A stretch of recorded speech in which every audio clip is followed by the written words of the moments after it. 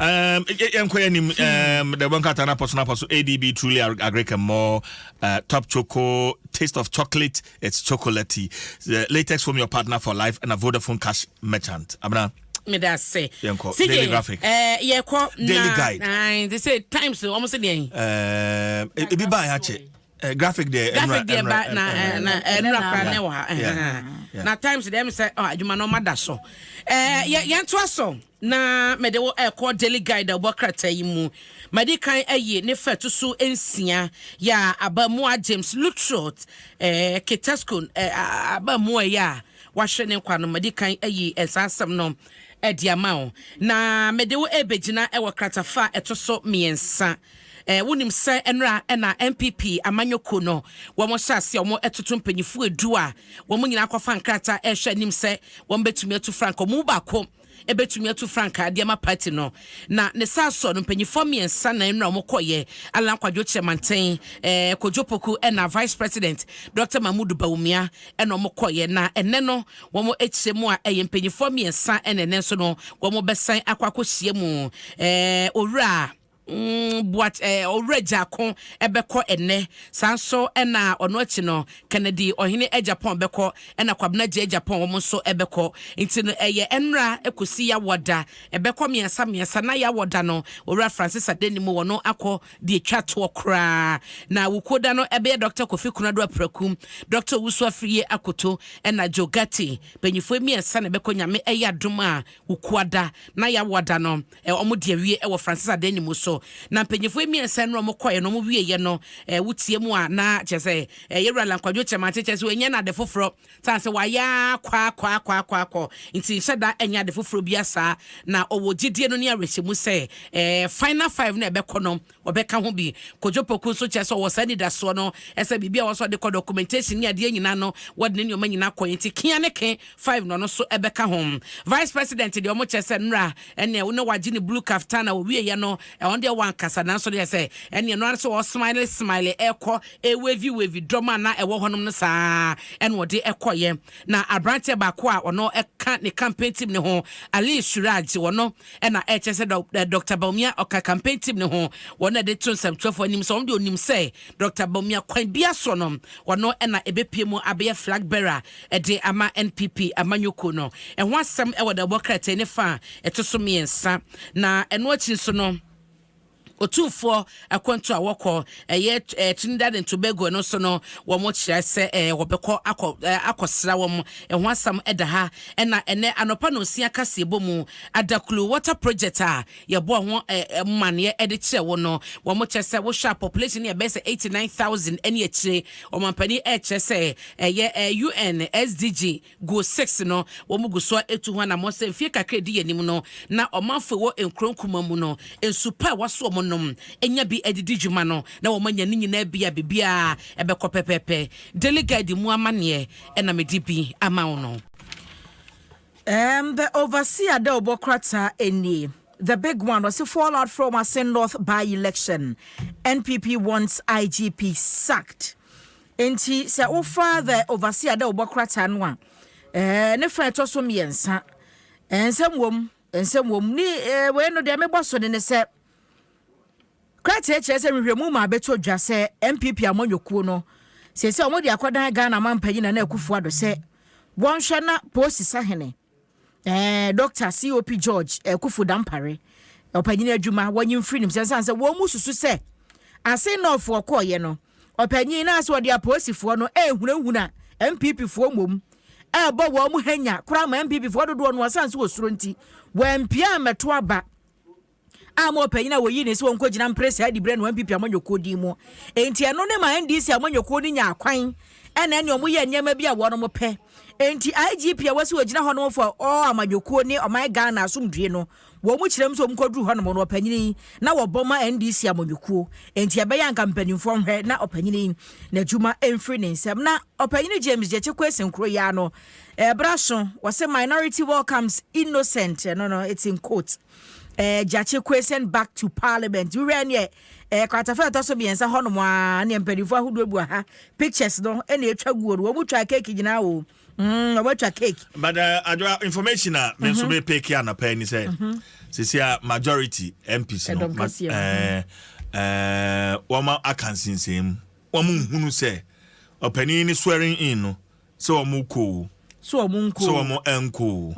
Eno na see na pay information am meti ha me pick eno no.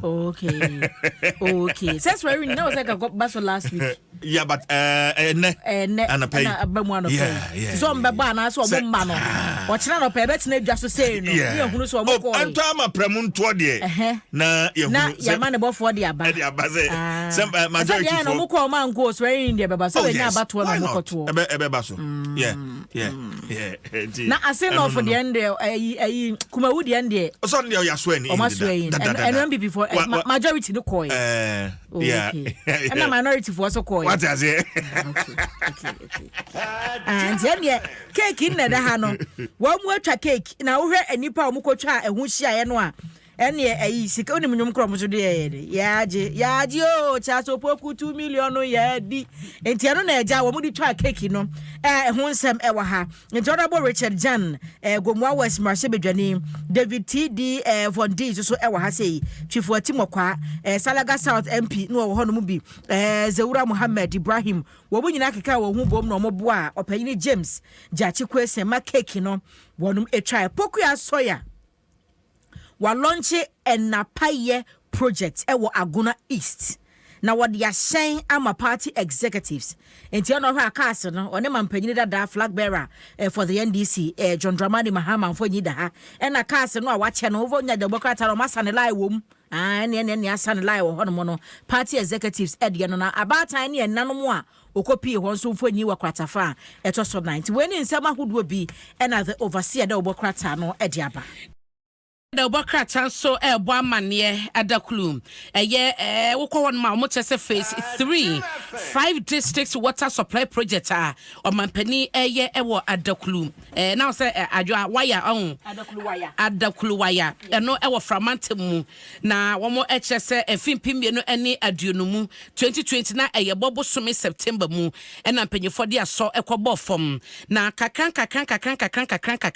and Penny for ashe to one among 95 communities was central town ene Adakulum na agotime zope and wo nyina ebenya sa enso ho emfaso na wo HSS facility bia empanyefo ene entotua wodo ene Austria wo bank bia hwadom no na etachire ema sa enhyehye nyina egu akwan so nei no wo de ebebie enso na no ntie da ha ya omampani ginam ya chese wo eka we commissioning ya no so eda ha sent patron sa kan de finder wo katafeto so enkrom na eno chin so Dr. Ibrahim Mohammed awa ni foni eda asemwe ho wo chese enkroma park no enei no abeye world class standard ya omampani akufuado chese wo atoto bibia wie akobia no chese eho ayefepa wo chese 3.5 million dollars na World Bank no funded project wo so ede be shemum ya World Bank na enam Ghana Tourism Development Project no